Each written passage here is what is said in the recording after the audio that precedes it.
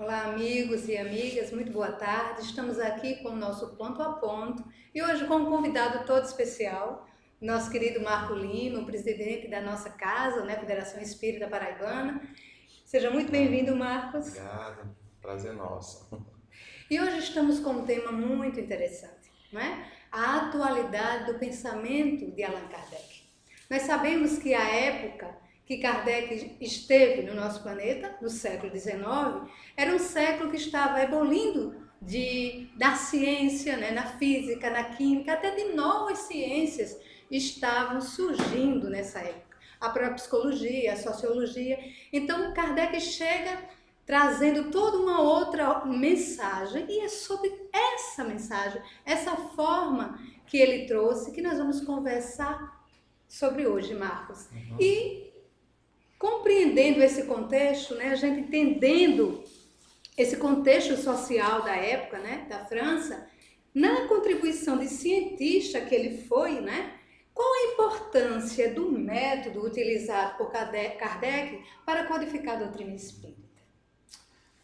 Na verdade, o método fez toda a diferença na proposta inicial de tentar exatamente estudar o fenômeno espírita, os fenômenos espíritas, cujo objeto seria então aquilo que ele iria fazer essa pesquisa.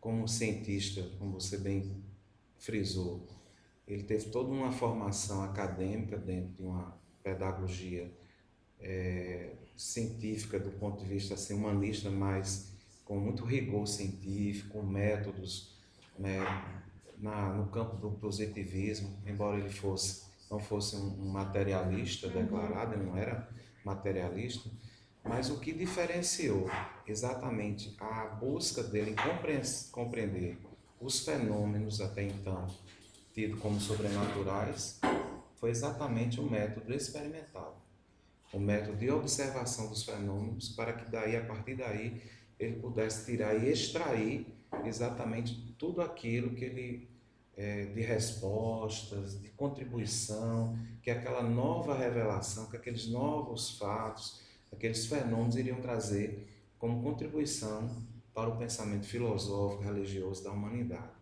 Então, o método em si, experimental, é inédito na pesquisa de algo que não era tangível. Sim. Não era tangível, né? O fato espírita, os fatos espirituais não era objeto absolutamente de análise do positivismo.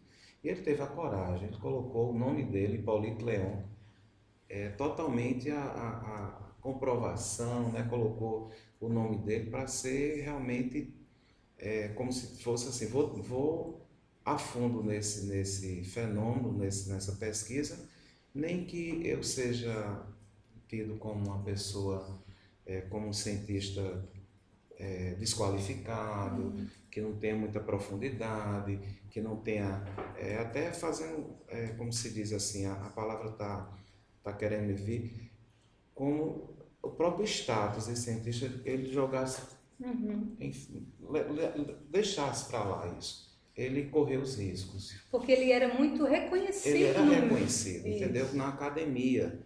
Então, o cientista cuidar dessas coisas era algo muito superficial, muito do campo do místico, do sobrenatural, né? E isso não interessava muito a academia. Então, ele colocou o nome dele como um cientista, uma pessoa respeitada na academia, né? E foi a fundo, porque é algo que estava muito além do que ele imaginava que iria encontrar nessa análise. Então, o método fez toda a diferença na busca dos resultados, né? Naquilo que ele foi pesquisar. E isso é como você está dizendo, toda essa estrutura do método deu respaldo para que ele pudesse realmente, vamos dizer assim, comprovar, né, Comprovar, Marcos? exatamente. Porque ele não julgava a priori, né? O método experimental, ele analisa, observa e a partir daí é que os resultados vão surgindo, né? A análise do conteúdo das mensagens, a experimentação, a variação, né, de fenômenos, isso é muito importante, porque ele não foi uma análise localizada de um fato, foram vários fenômenos, né? Apesar de o campo experimental foi lá aquelas mesas girantes, na família Baudin, que ele foi convidado, mas depois houve um desdobramento, né? E aquelas várias comunicações, os vários fenômenos, ele foi comparando, observando, participando. Então, o período da codificação foi um período também de muita entrega para ele. Ele renunciou tudo, a academia, todos os processos, para se dedicar integralmente ao conhecimento dessa nova doutrina que ia surgir. Então, ele se colocou de corpo e alma e dedicou os últimos 15 anos da vida dele para a comprovação, né, e a sistematização desses fatos espíritas. Né? Isso é muito interessante, a gente poder ter essa compreensão do valor do trabalho de Kardec. E na obra Plenitude, de Joana de Ângeles, ela diz que, informa que Allan Kardec foi o primeiro a conseguir desvendar os detalhes dos processos obsessivos, porque ele enxergava, né, justamente que todos eram espíritos universais, né, Marcos? Então, a partir das pesquisas, né, a partir das comprovações que o fato espírita, que os fenômenos espíritas eram trazidos pelos espíritos, ou seja, foi identificado a causa dos fenômenos. O que é que se observou então? Que os espíritos têm uma característica, eles têm as características básicas que ele foi enumerando. Primeiro, os espíritos não são da mesma ordem. Existem espíritos de várias ordens. Os espíritos inferiores, os intermediários, os superiores, né? Existem desníveis de compreensão, de evolução e de pensamento.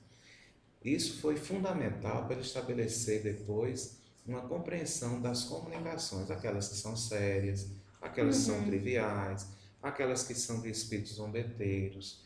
E ele foi entendendo que existem, como seres humanos, existem muitas variações de evolução, de pensamento, de maturidade. Quando se está vivendo o outro lado da vida, essa imaturidade, essa falta de evolução e essas diferenças evolutivas também se manifestam. As obsessões, então, são ocasionadas por espíritos de baixa evolução espiritual, de baixa escala, na baixa escala evolutiva. E aí, através dessa observação, ele pôde analisar as obsessões. As obsessões das simples, ele até classifica, como ele era muito didático, né? Discípulo de Pestalozzi, um grande educador. Isso fez toda uma diferença, né? Ser educador nesse momento, na codificação espírita, fez toda uma diferença. Ele podia ser apenas um cientista, né? Mas ter outras conotações, outros encaminhamentos, né, acadêmicos, mas ele era um educador, principalmente humanista, né? Ter toda uma formação na escola de Pestalozzi. E quando a gente vai mais a fundo compreendendo todas as reencarnações desse espírito, né, que reencarnou como Allan Kardec, como Hippolyte Léon Denis Arrivel, a gente vê que a formação veio de muito tempo, né? Eu tive recentemente em Constança, na Alemanha, para conhecer o museu de John Hus, que segundo as pesquisas mostram que John Hus foi a reencarnação de Allan Kardec, né, de Hippolyte Léon Denis Arrivel. Então, toda essa história de libertação do pensamento, de ampliação, sair do dogmatismo religioso, de ter uma compreensão mais macro da vida, valores humanos, valorização do ser humano, sair das peias, né, dos entraves filosóficos, tudo isso era uma preocupação desse espírito que deu a sua vida pelo seu ideal. Então, John Hus, Jerônimo de Praga, essa história já vem de longo tempo. Então, isso demonstra também que essa preparação de Allan Kardec para codificar o espiritismo e sistematizar o conhecimento naquele momento que estava sendo apresentado, trouxe essa contribuição desse espírito iluminado, né? Que poucos ainda conhecem a amplitude do seu caráter, a importância dele como educador, uma das figuras mais importantes, sem sombra de dúvida, dos últimos anos na educação, no pensamento filosófico, científico, religioso, e que nós temos, né, que louvá-lo pela sua iniciativa. Então, a partir daí, ele vai classificando, na sua observação, que os espíritos não são da mesma categoria e didaticamente, com essa formação que ele tinha, ele vai dando essas classificações de espíritos levianos, espíritos inferiores, tem as obsessões simples, a fascinação, a subjugação, e tudo isso sendo objeto de análise e também de um tratado que se chamou o Livro dos Médiuns. Ele trata tudo isso, o fenômeno, o método que ele utilizou e como lidar, né, com essas questões. É um tratado de metapsíquica, de paranormalidade, né, de fenômenos espirituais. Por isso que é um ineditismo no pensamento filosófico religioso você estabelecer um diálogo e, a partir disso, com o sobrenatural, tirar substratos, tirar um tratado, né, de como lidar com o fenômeno espírita. Hoje nós temos um tratado que nos ajuda a compreender o fenômeno, né, de lidar com o fenômeno, de entender o porquê dos fenômenos. E realmente é uma contribuição formidável que ele deu, maravilhosa no pensamento, né, científico, né, do ponto de vista, e até também da própria psicologia, né, porque ele inaugura aí um elemento novo na psicologia, na análise das questões das doenças psíquicas, né, das doenças mentais, da saúde psíquica, da saúde mental do ser humano. Por isso que o Livro dos Médiuns é um tratado de saúde psíquica, para que a gente possa também compreender toda essa amplitude do fenômeno. Porque, Marcos, a gente sabe que as comunicações com os espíritos sempre existiu, desde a antiguidade. Mas esse olhar, essa forma que Kardec trouxe foi o que, de certa forma, diferenciou, né? Como você está trazendo. Todo esse contexto da produção dos livros dos médiuns traz um encadeamento de um pensamento lógico, Isso, não é? Perfeitamente. E sair do campo do sobrenatural, né? Que coisa interessante, né? O que assustou tantas gerações até hoje, né? O fenômeno é tido como algo da área do misticismo, né? Do sobrenatural, do maravilhoso, e a gente entender que o mundo espiritual é um mundo normal, né? Desvendou-se, revelou-se um mundo normal, como o telescópio revelou os micro-organismos, né? As bactérias, e a gente vê que nós estamos impregnados aqui, né?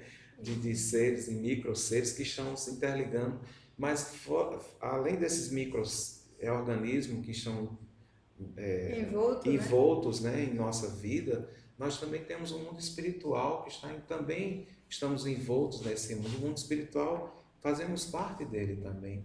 E essas interferências, essas trocas de energias, de fluidos, elas acontecem permanentemente. E há aquela questão clássica, né? Os espíritos interferem em nossas vidas. Então, o Livro dos Médiuns exatamente é o tratado que responde isso, né? Muito mais do que nós imaginamos, porque os espíritos estão presentes em todos os momentos da nossa vida. Nunca estamos sós, né? Estamos sempre de acordo com a nossa onda mental, com as nossas mentalizações, com os pensamentos. Nós somos influenciados permanentemente, né? Tanto na vigília, né? Como também nos momentos de desprendimento do sono. Então nós estamos sempre envoltos com esses seres e a gente não sabia disso, né? A gente não sabia que isso era possível. De repente a gente está sendo inspirados, né? A todo momento, né? Para o bem, para o mal, e a gente não tinha consciência como isso se dava e como tratar corretamente, né? Dessas influências. Isso é muito consolador, isso é muito importante, né? Para tirar o medo. Eu acho que o medo, né? Um gigante que vem acompanhando a história do ser humano, a gente tem muito medo dessas questões. E com o Espiritismo a gente tem uma grande ferramenta para vencer o medo do sobrenatural, né? O medo da morte, o medo que vai acontecer do outro lado da vida. Será que os Espíritos influenciam a nossa vida? Como é que vai ser minha vida depois dessa vida? Né? Coisas desse tipo que até hoje atormentam muito o homem, né? Mas que com o advento do Espiritismo, esse mundo foi desvelado, né? Foi revelado, tirado o véu, não foi nada inventado. É importante saber disso, porque A doutrina ela não traz coisas que estejam fora ou novidades. Sempre existiu o mundo espiritual, né? Sempre existiram as influências espirituais, mas o ser humano não entendia exatamente como se dava, Isso. né? Então a revelação veio organizar, né, o pensamento espiritual da humanidade. E eu gosto muito sempre de dizer, como um professor de filosofia muito querido nosso dizia, o Espiritismo é a síntese da sabedoria dos séculos e dos milênios sem fim. Então isso tudo já se sabia, né? Alguns místicos já sabiam, algumas pessoas que, né, mais iluminadas, mais com a busca do conhecimento secreto, das doutrinas secretas, desde há muito tempo, desde do pensamento ancestral, isso era possível saber. Mas com a doutrina espírita veio trazer para todos um tratado para que todos possam ter noção do que são os espíritos, do que é o mundo espiritual, como essas relações elas se efetivam, né? Como a gente pode se envolver com naturalidade com isso. Então, essa é a grande contribuição que o Espiritismo dá. Não inventou espírito, não inventou reencarnação, não inventou obsessão, isso não tem nada a ver com o Espiritismo. Foi desvelado para que a gente possa conhecer, como os cientistas descobriram a bactéria, descobriram os vírus, descobriram as doenças, mas descobriram, Já existia, né? já existia tudo isso. Então hoje a gente tem um tratado, né? O Espiritismo é um tratado científico, filosófico, que nos explica com muita didática, né? Aí por isso que é a importância do professor, com muita didática, para que a gente não entre no pensamento mítico, no pensamento místico, mas objetivo. Claro, né? Claro, não tem inteligência que não compreenda as bases filosóficas, os princípios do Espiritismo. Não tem inteligência que não compreenda, né? E uma pergunta que é muito interessante, Marcos, porque como a gente tinha conversado no início, esse contexto, né, da França, vamos dizer assim, da França de Kardec, na época, né, do século XIX, onde estava a bandeira, né, da igualdade, fraternidade, liberdade, igualdade e fraternidade, e também nesse momento se iniciavam algumas lutas na busca da igualdade de direitos, inclusive para a mulher, né? E aí nós queremos perguntar como Kardec via a questão de gênero nesse aspecto. Ele também estava à frente de seu tempo? Perfeitamente. A gente vê que essas questões estão muito ligadas com a própria cidadania, né? Com a busca da construção da cidadania, desde a Revolução Francesa até a concretização com a Declaração dos Direitos Humanos pela ONU, que foi em 1948, que foi declarado que os homens têm direitos, né? Os direitos são iguais, né? De gênero. E a gente vê que em 1857, Allan Kardec pergunta se os direitos, porque a pergunta ela tem um valor intrínseco, né? Tem um pensamento intrínseco. Sim. Porque se não tivesse, ele não faria essa pergunta. Então, o pensamento intrínseco, ele pergunta se o homem e a mulher teriam direitos iguais. E os espíritos respondem com outra pergunta, né? Não são o homem e a mulher não têm o pleno conhecimento do bem e do mal? Não tem a responsabilidade, né, também?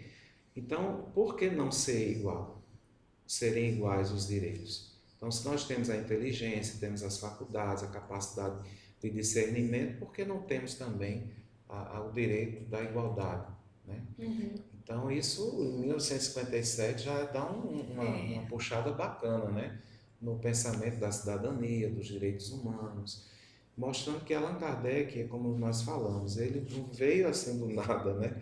A construção espiritual desse espírito já remonta já de muito tempo. Já em John Hus, né, tive uma oportunidade, essas ideias já eram elaboradas, já estavam o sentimento de igualdade, de humanidade, né, de fraternidade, de liberdade, tudo isso estava sendo fomentado na sua construção da sua personalidade, da sua individualidade. Então, o homem e a mulher, direitos iguais, já estava se mostrando aí a construção da cidadania, que em 1948, como nós falamos, com a Declaração dos Direitos Universais do homem e da mulher e do ser humano como um todo, vem consolidando a ideia da cidadania plena, ou seja, nós temos direitos civis, sociais, políticos. Somos iguais. Né? Temos direito à educação, ao salário digno, à aposentadoria, temos a liberdade de fazer nossas escolhas. Né? Isso do campo, observando do campo puramente humano, né? Dos direitos humanos. Do ponto de vista espiritual, aí a coisa vai ampliar mais ainda, porque os espíritos, né, podem encarnar em polaridades diferentes, né? Dependendo da sua condição espiritual, da sua necessidade evolutiva. Então, hoje eu posso estar encarnado. Olha que evolução. Eu posso estar hoje em homem, amanhã poderei reencarnar em outra polaridade como mulher. Isso é uma informação natural, sem nenhum problema. A gente vê isso como ajustes evolutivos, ajustes evolutivos da nossa consciência, que o grande objetivo da encarnação que os Espíritos nos oferecem é que nós estamos em processo permanente de crescimento e evolução. Então, segundo as minhas necessidades, hoje eu estou no melhor lugar para desenvolver os meus processos, com a família ideal, com a minha constituição ideal, mas lá adiante eu vou fazer uma outra análise, né, para continuar o meu processo de crescimento, de renovação, de aprimoramento, até chegar na condição de espírito, naquela escala, né, na escala inferior que nós estamos, para uma escala melhor, de bons, até chegarmos a espíritos puros, que aí já não tem mais necessidade de polaridades, né? O ser já transcendeu, já está em plenitude, já tem sabedoria, já tem amor, já tem vontade, já tem amplitude. E esse é o nosso caminho. E isso é a doutrina espírita, é a doutrina que desvela uma lei também, que é a lei de evolução. Todos nós evoluímos, estamos aqui num planeta que também evolui, tudo passa por esses processos, que é a lei natural da vida. Então, a questão de gênero para a doutrina espírita é uma questão muito tranquila, né, do ponto de vista social, político, né, de cidadania, né, que temos desde a nossa Constituição, que a gente vê que esses direitos são iguais, que toda sujeição entra em atrito com a lei natural. Isso é grave do ponto de vista da evolução. Quando a gente infringe essa lei, quando a gente não atende essa lei, a gente se compromete espiritualmente, e tudo isso vai sendo equilibrado, né? Eu gosto também muito da análise de Jung, mostrando que temos um pouco, né, dos componentes, né? O ânimos e o ânimas está presente na nossa Constituição. Então, tem momentos que a gente tem que ter o ânimos, tem momentos que a gente precisa trabalhar o ânima, né? O ânimos e o ânima em equilíbrio, numa linguagem junguiana, numa linguagem psicológica. E isso é muito suave, é muito bonito a gente ver isso, né? Que nós temos essas polaridades dentro da gente. Já faz parte. Já faz parte da nossa Constituição, né? Isso é muito importante, a gente perceber, né, como é tão atual para a gente refletir sobre isso hoje. E Kardec já naquela época já traz. E tem uma notinha que ele coloca na questão 202, que ele diz: se encarnasse só homem, só na polaridade de homem, só iria aprender as questões do homem, né? Então, como o Espírito, como você explicou, tem essa polaridade, em momentos necessários e de aprendizado vai estar uma polaridade e outra. E isso é muito libertador, é muito importante a gente compreender isso, né, Marcos? É isso mesmo. Outra questão importante, Kardec propôs algo sobre a ética. A gente Então, pensando nesse contexto, né? Na verdade, se a gente for ver o pensamento filosófico da doutrina, ele é todo ético, né? Primeiro porque ele parte do princípio que existe uma causalidade, é tudo, né? Que existe um ser criador, né? Que regula, que rege, que nos criou, e nos criou com um objetivo muito claro, né? De atingirmos, fomos criados simples e ignorantes, mas com toda a capacidade, né? De sermos os artífices da nossa imortalidade, do nosso crescimento, os arquitetos da nossa vida. E o que nos regula, né, essa evolução são as próprias leis que ele estabeleceu e colocou na nossa consciência. Todas as vezes que nós nos afastamos da lei, nós criamos atritos e situações conscienciais, né? Então a ética não está fora, a ética está dentro, né? A ética é o quê? É o cumprimento da lei, Sim. né? A lei natural que está íncito na nossa própria consciência. É aquela questão que ele perguntou, onde está escrita as leis de Deus? Não está fora, não está nos livros. Os livros são lembranças, não são lembretes para que a gente saiba que a lei está no nosso coração, na nossa intimidade. Então a ética, do ponto de vista espírita, é o primeiro que não está fora, está dentro.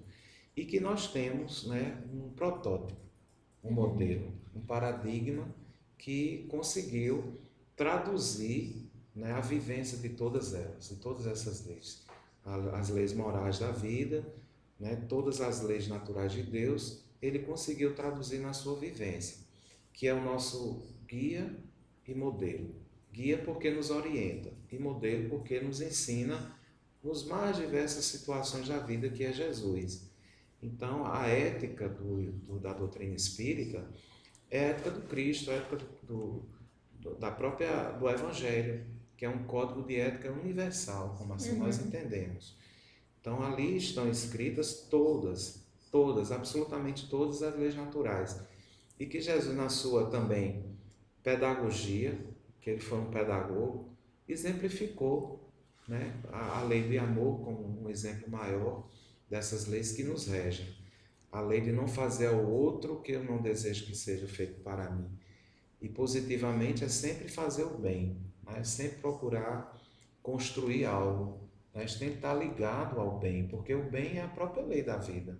E o mal é a ausência desse bem. Na verdade, não existe o mal como uma criação de Deus. O mal, do ponto de vista filosófico, na nossa compreensão, é exatamente essa ausência, essa fuga, esse desvio que a gente tem das leis naturais. E isso está bem explicado, principalmente na Gênese, no livro A Gênese, quando ele explica a origem do bem e a origem do mal. Qual é a origem do mal? A origem do mal é a imperfeição do ser humano que desvia-se, que não atende, né? Algo que está nele e que ele precisa apenas, nas encarnações, nos processos, né? Nas relações, sentenciar, né? Viver, né? E promover, né? essa lei, esse amor, essa verdade que está dentro dele, que ele precisa apenas, né, fazer com que isso seja ampliado nas relações. Como Cristo fala, né, Marcos? Fazer ao outro aquilo que tu gostarias que fosse feito Isso mesmo. a ti. Então, isso é uma coisa forte da questão ética. Então, eu preciso ver no outro o irmão e aí eu preciso medir as minhas ações, não Isso é? mesmo. E aí Perfeito. nós temos uma colaboração aqui do nosso internauta Fernando Tadeu, que ele diz o seguinte: Kardec era um matemático e não era médio ostensivo? Médio ostensivo? Sim, ele era um matemático e não era um médio Então, ostensivo? nós já lemos alguma coisa a respeito e como a missão dele era exatamente ser isento, né? Todo pesquisador tem que ser isento, né? Ele não pode Está estar envolvido, com a causa porque fica uma pesquisa sem muito valor científico. Então ele precisava ser isento. Imagina se ele incorporasse os espíritos na hora da pesquisa. Isso é uma coisa sem muito sentido, né? Do ponto de vista do pesquisador. E a função dele ali, efetivamente, era como um pesquisador, né? Que fez várias observações, comparações e tal. Então ele tinha certamente uma mediunidade, mas não ostensiva a esse ponto. Talvez intuitiva, né? Como todos nós temos, né? Algum tipo de mediunidade todos nós temos. E naquele momento, para ele, para a missão, o ideal seria essa, né? Tanto é que para os contatos com o espírito guia, os espíritos que estavam assessorando, sempre tinha um médium que ele perguntava, né? A função, a missão dele sempre era um médium que trazia essas informações para ele, nunca algo direto, Sim. sempre através de médiums, para demonstrar que a missão dele não era como médium, mas como observador, como científico. E aí eu lembro, em Obras Póstumas, e até uma palestra que Haroldo fez, ele trouxe essa mesma questão, um momento em que Kardec estava escrevendo e ouviu umas pancadas, Isso né? mesmo. E ele queria saber o que eram aquelas pancadas e não conseguia. Foi procurar, até a esposa dele foi ajudar. Outra vez que ia escrever, ouvia pancada. Ele desistiu e foi dormir. No outro dia, realmente, na reunião, ele perguntou, Mediúnica, né? Perguntou o que seria aquelas pancadas e aí se era um espírito familiar. Então ele quer dizer alguma coisa, né? E aí há uma comunicação através do médium, e não diretamente. E vem a orientação para ele do que era. A espiritualidade cuidou de tudo, né? Cuidou de tudo para as coisas realmente acontecerem com muito zelo. A espiritualidade teve muito zelo, escolheu Allan Kardec, que era um extremamente zeloso, né? Que colocou, como se diz, ele colocou o nome dele, né? A experiência dele, toda a reputação como um homem científico em jogo, Sim. Né? Colocou. E depois que ele viu da grandiosidade do que era a doutrina, né? Essa grande síntese do pensamento filosófico, religioso e científico da humanidade a serviço do homem, a serviço da sua evolução, ele disse, não, isso não sou eu, isso não é meu, não é justo eu botar Hipólito Leão. Sim. Né? Não é justo isso. E ele foi para o pseudônimo, olha a grandeza dele, né? Então ele teve a grandeza de buscar um pseudônimo para dizer que não, isso não é meu. E a obra dos espíritos não é uma obra de personalidade, né? Ela não é personalista de A, de B ou de C. Ele teve uma grande função, mas ele viu que a obra era muito maior do que ele. Marcos, e nesse aspecto tem outra pergunta aqui que diz o seguinte: com relação a esse controle universal que a gente, mensagens, né, das mensagens, como era isso, essa questão? Olha, as informações que nós temos é que ele tinha vários médiuns espalhados por vários cantos da Europa, né? E diversos núcleos de pesquisa, ele passava as mesmas perguntas. O Livro dos Espíritos basicamente foram a compilação dessas mensagens, né? Que ele espalhou por vários médiuns, e esses médiuns devolviam essas questões para a Sociedade Espírita Sim. de Paris, que era o núcleo onde ele organizava, enfim, o núcleo lá em Paris, né? Ainda não era a Sociedade Espírita que veio depois, mas era um núcleo que ele mantinha lá em Paris de correspondência, e ele estabeleceu exatamente o método, né, de fazer o controle universal. O que seria isso? Seria, bem, a questão, por exemplo, da reencarnação é comum a quantas mensagens? O que é que isso tem de comum à ideia da reencarnação? Porque a reencarnação, do ponto de vista na cultura hindu, tem uma conotação. Sim. Na cultura chinesa já tem algumas diferenças. Entendeu? Então foi havendo essas questões, mas do ponto de vista da revelação espírita, a reencarnação ficou muito clara, tanto é que ele didaticamente descreve o que é o processo da reencarnação. É o retorno do espírito a uma nova existência, um novo corpo, e não como se entendia no mesmo corpo, ou no corpo de um animal, essas coisas todas que pairavam. Só para dar uma exemplificação. Como a concordância universal era tamanha, então ele chegou daquela pergunta, então de 100 respostas, então ele fazia uma compilação, uma tabulação, bem, isso aqui está dentro, né, desse quantitativo de informações. Então, é uma análise qual e quantitativa também das respostas. E análise de conteúdo, que é um método também de ordem científica. Análise do conteúdo, analisou tudo direitinho, viu, pronto, isso aqui tem sentido. Para uma quantidade X, isso aqui é a universalidade dos espíritos, o pensamento deles. E isso dava muito embasamento, né? Perfeitamente. E outra coisa, ninguém sabia qual era a pergunta. Você era médico na Itália, outra era na Suíça, outra... Ninguém sabia. As respostas vinham totalmente sem... Entendeu? Então, isso é o critério científico, né, que ele utilizou, né, segundo as pesquisas, já que, como ele elaborou, esse é o método dele, que é inovador. Ninguém fez isso. Não tem conhecimento na história de um pesquisador que fez isso. Então, por isso que é um inédito, né? a pesquisa espírita é algo bem interessante, né, que ele estabeleceu. Então, por isso que tem o controle universal se dá pelo quantitativo de informações comuns. A respeito de um tema. A respeito de um tema. Muito interessante a gente poder compreender todo esse mecanismo, porque às vezes, né, nós conhecemos os livros, sabemos da importância dos livros dos espíritos, dos livros dos médiuns, mas não entendemos muitos. E prazer, Marcos, essa contribuição para que a quem está nos assistindo compreenda esse trabalho tão minucioso e tão grandioso que foi o trabalho de Allan Kardec, né? Ele e aí simplesmente dedicou o resto da vida dele para isso, né? Deixa o restante e vamos 15 anos mais ou menos, né, de intensa pesquisa, né? Isso. Então, já que a gente está nesse tema, né, de como foi feito, qual seria a intenção então de Kardec em elaborar o Livro dos Espíritos com questões, né? Pois é, que são questões, perguntas e respostas. É uma técnica, né, que ele herdou também da sua formação cultural, intelectual.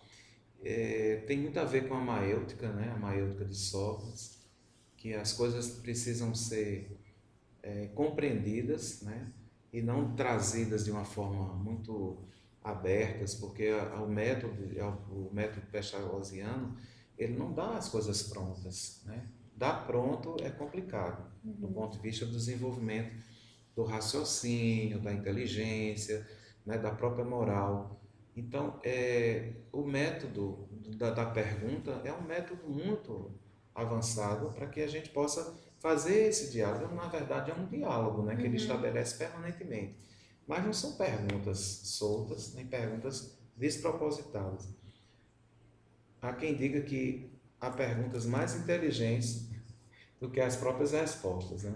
A pergunta é tão bem elaborada que mostrou então que para respondê-las, os espíritos que assessoraram Allan Kardec tinham que ter o mesmo padrão de plenitude, de amplitude da pergunta.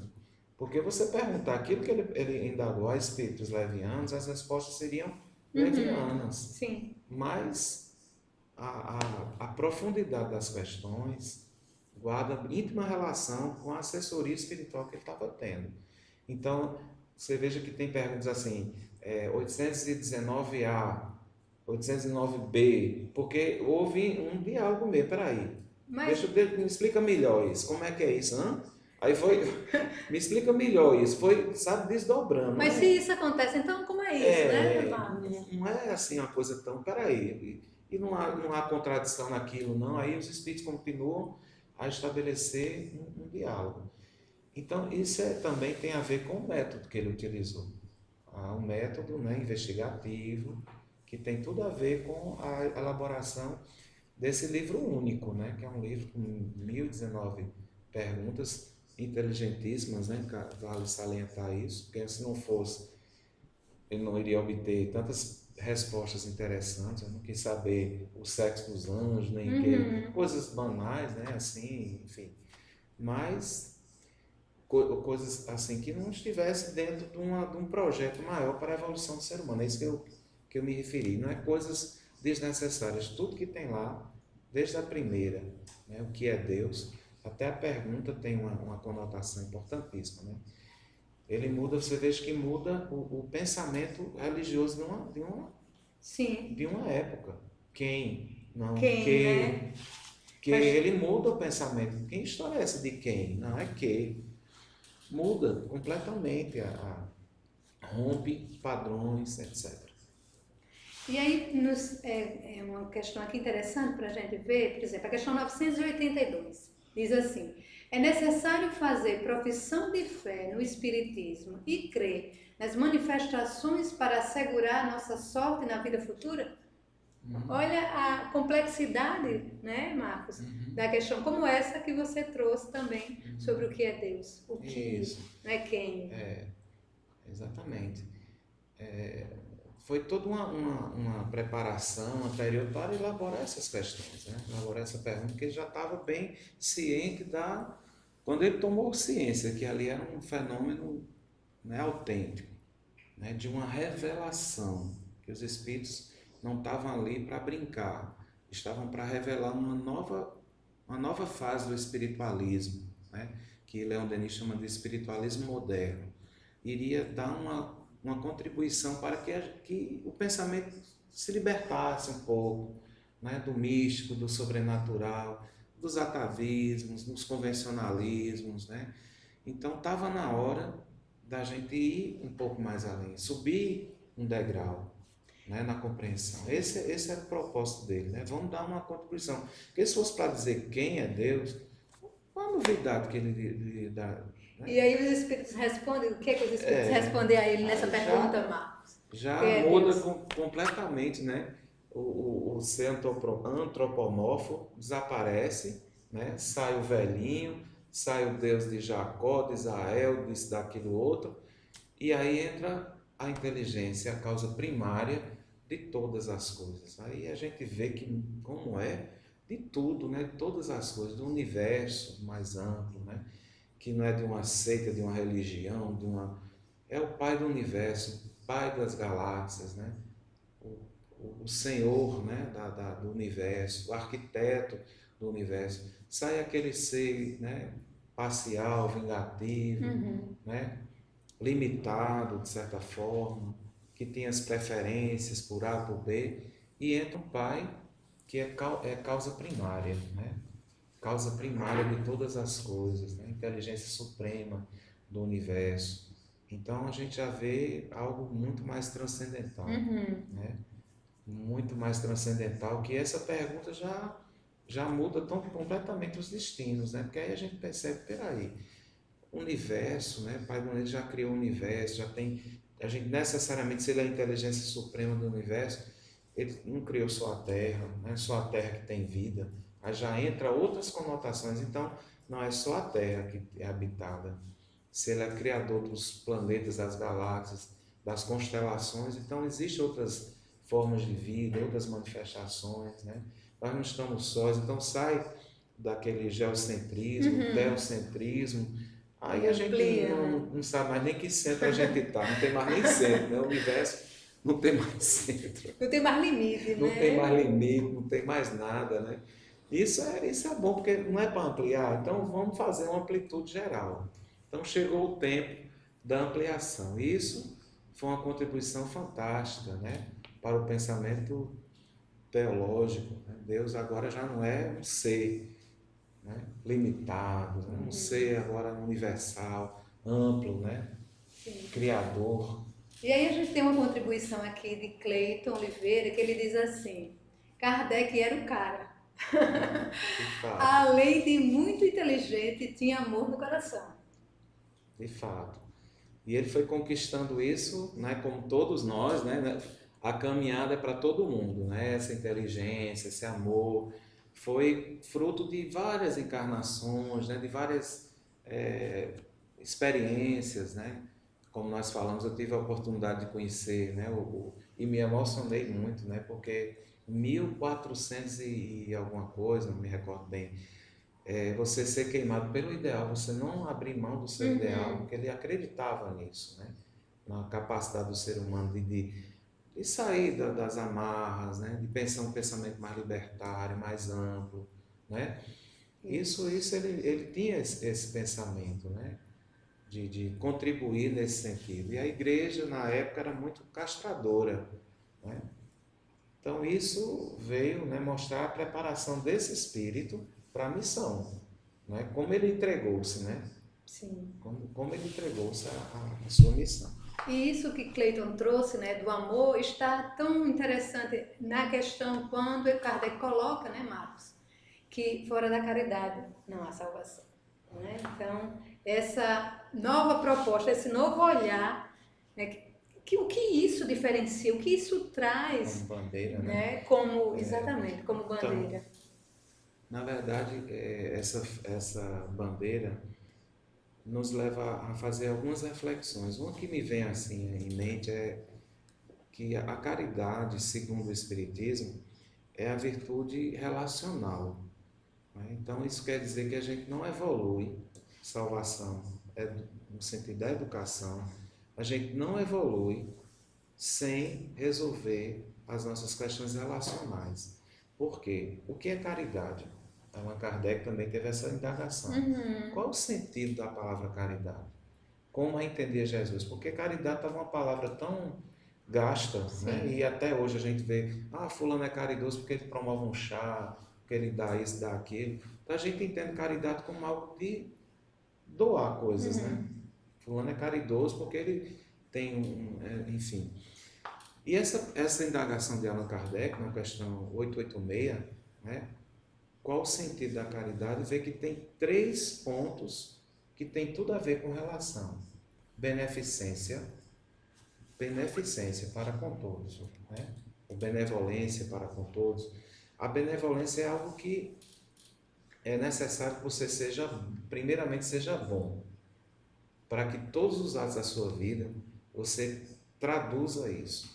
Não é o ato em si, é você fazer como você faz o bem.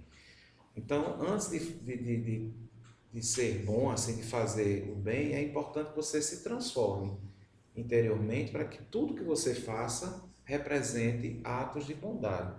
Desde quando você acorda com carinho com sua esposa, com seu esposo, isso é beneficência. Sim. É uma relação, né? A caridade relacional. Benevolência para com todos. A partir que você acorda, tem um gatinho, né? Tem um cachorro, tem uma planta, você já vai se harmonizando com isso. Porque é uma atitude de bondade, a benevolência, você tem que trazer isso para dentro de si. Então, porque se na minha relação eu não tenho necessidade de fazer com uma caridade, que é desgastada essa palavra, se não tem pessoas necessitadas, eu não vou ser caridoso mais. Eu me lembrei da Suíça, né? Também. Você vai na Suíça, não tem, é uma sociedade que se educou, se equilibrou do ponto de vista econômico, social, né? E não existe necessidade de você dar esmola, de fazer a caridade. Não existe. É uma sociedade que eliminou essas questões. Aí eu penso assim, se é universal, na Suíça eu não posso ser caridoso. Posso ser caridoso. Sim, se fosse pensar dessa forma. Se for para fazer... se fosse só isso, não estou salvo. Eu não vou ser salvo, né? Porque não teria necessidades materiais para... Né? Então, caridade, então, a benevolência é o ato de você praticar o bem em todos os instantes. É uma virtude relacional. Se alguém está precisando de um abraço, vale tanto quanto aquele que lhe pede um pão, né? Um abraço pode ter a mesma importância, ou mais, né? Com certeza. Virtude relacional. Qual é a outra? Indulgência. Outra virtude relacional. Porque num mundo como esse, né, que tem os desníveis evolutivos, você não tem como não exercer a indulgência, né? Não é a conivência, não, mas a indulgência de perceber esses movimentos da alma, né? Esses vai e vem, esses sobe e desce, essas contradições, né?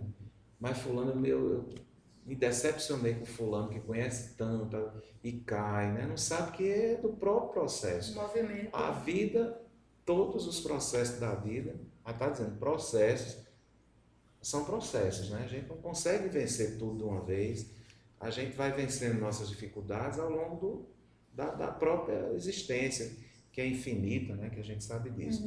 Então, tem indulgência, né? Ter compaixão, isso é muito importante. Virtude relacional. E a terceira, vou exercitar com o outro. Com o outro. E a outra, perdão.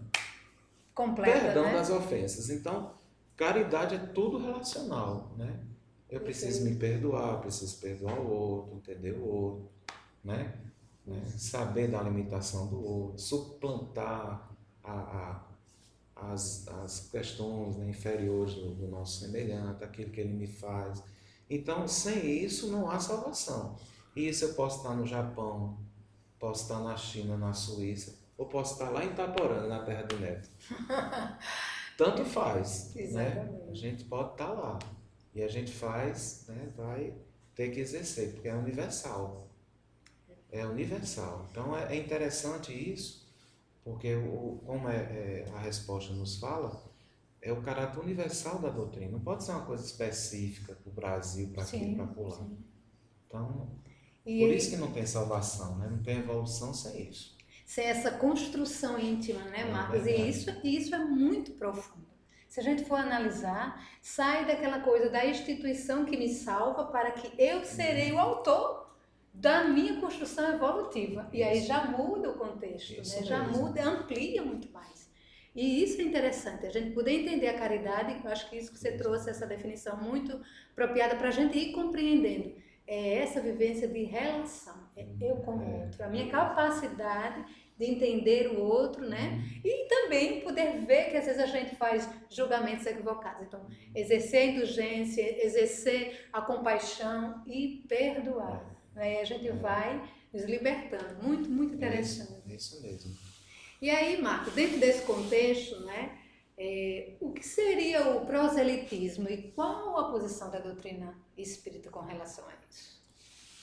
Bem, o proselitismo já entra numa questão que não diz respeito muito aos princípios, né, que o Espiritismo adota.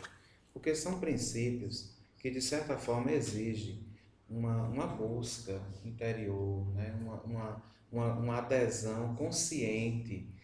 Nós não tratamos dessas questões tão transcendentais de uma forma assim tão simplória, de que você vai aceitar isso e a partir disso você vai conseguir tudo que você quer na vida.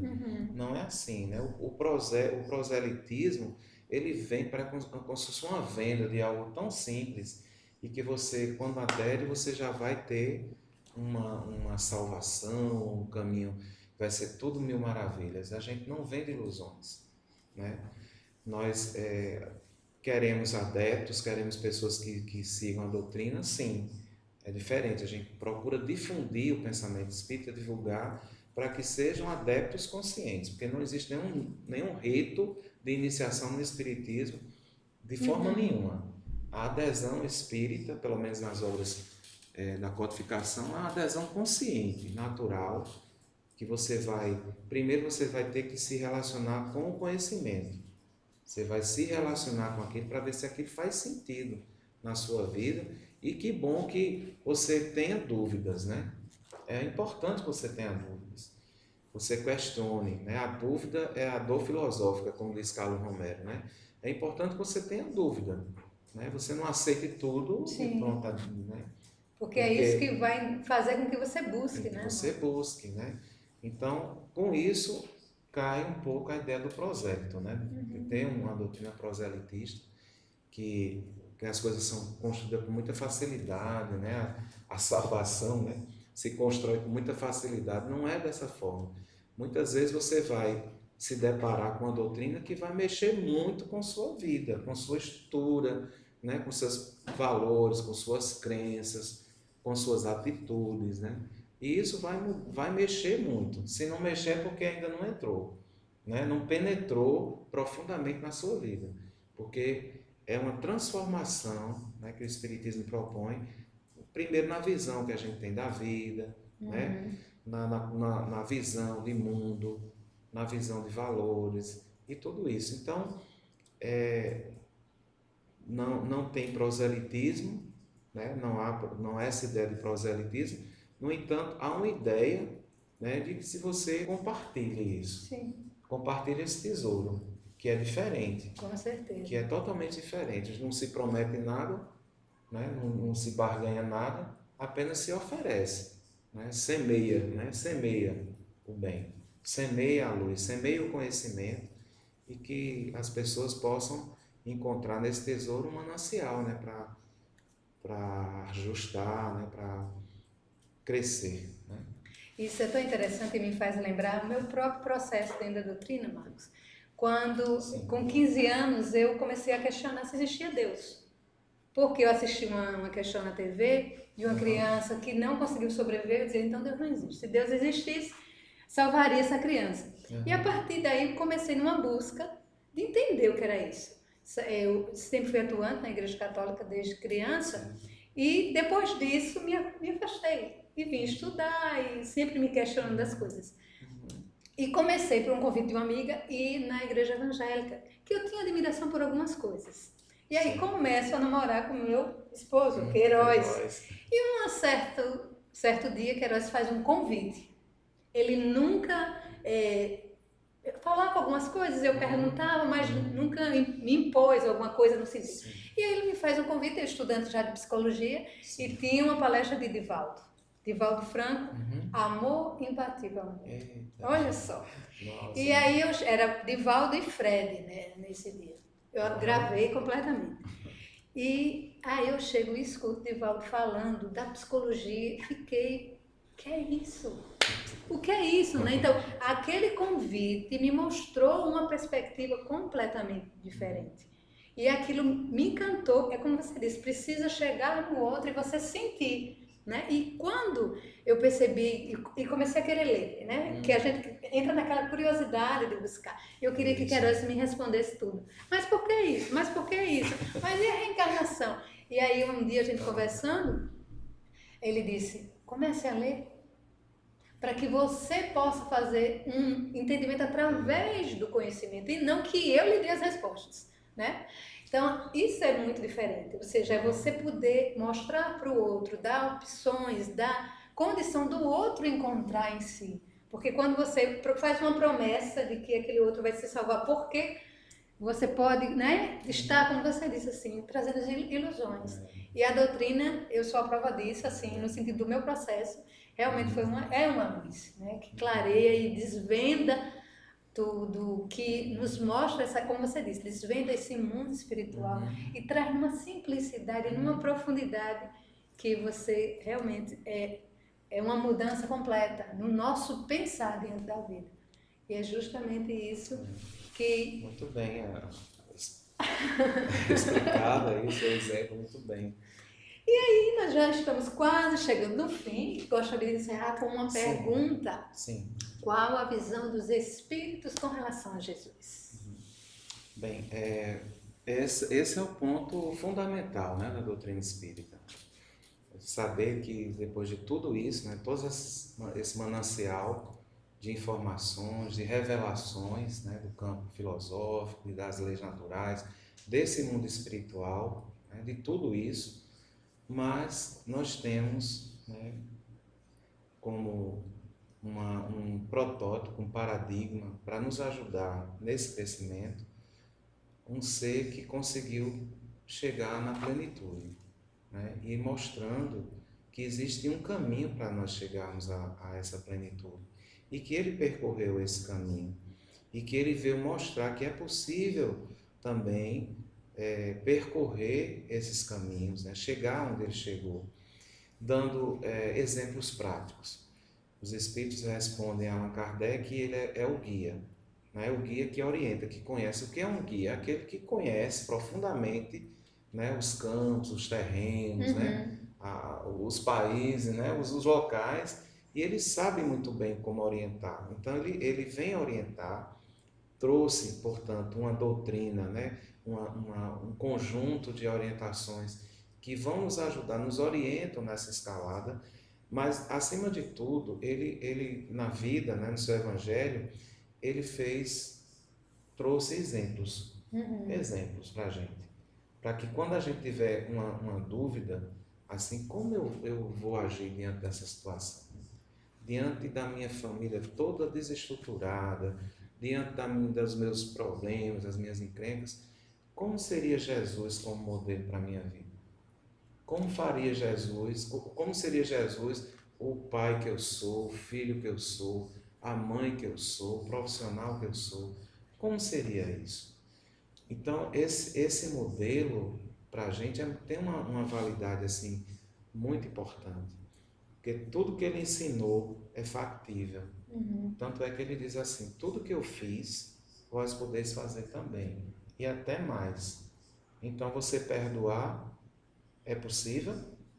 Você perdoar aqueles algozes, aquelas pessoas atritadas, né? É possível? Ele deixou isso como exemplo. Então a gente traz isso para a nossa vida.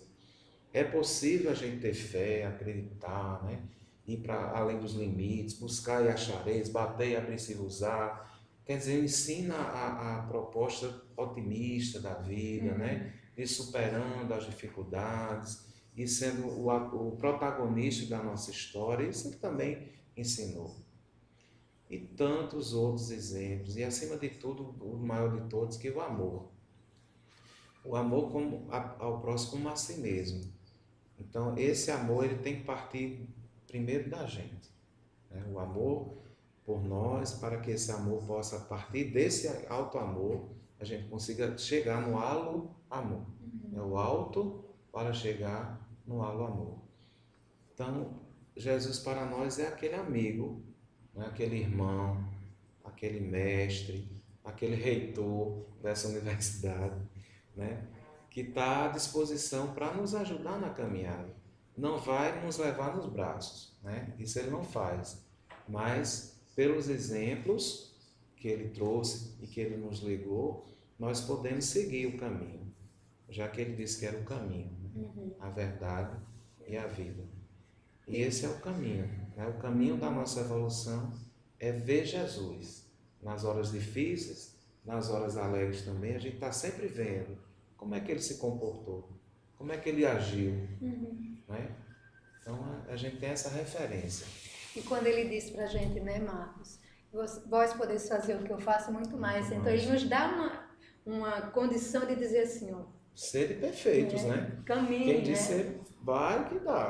Ou seja, eu não estou tão longe assim a ponto que você não consiga chegar, né? Mas se você se esforçar e buscar, né, nós podemos chegar um dia aí milênios e milênios para frente. Tempo não é problema, né? O tempo para o espírita não é problema, né? A gente já caminhou já várias eras, né?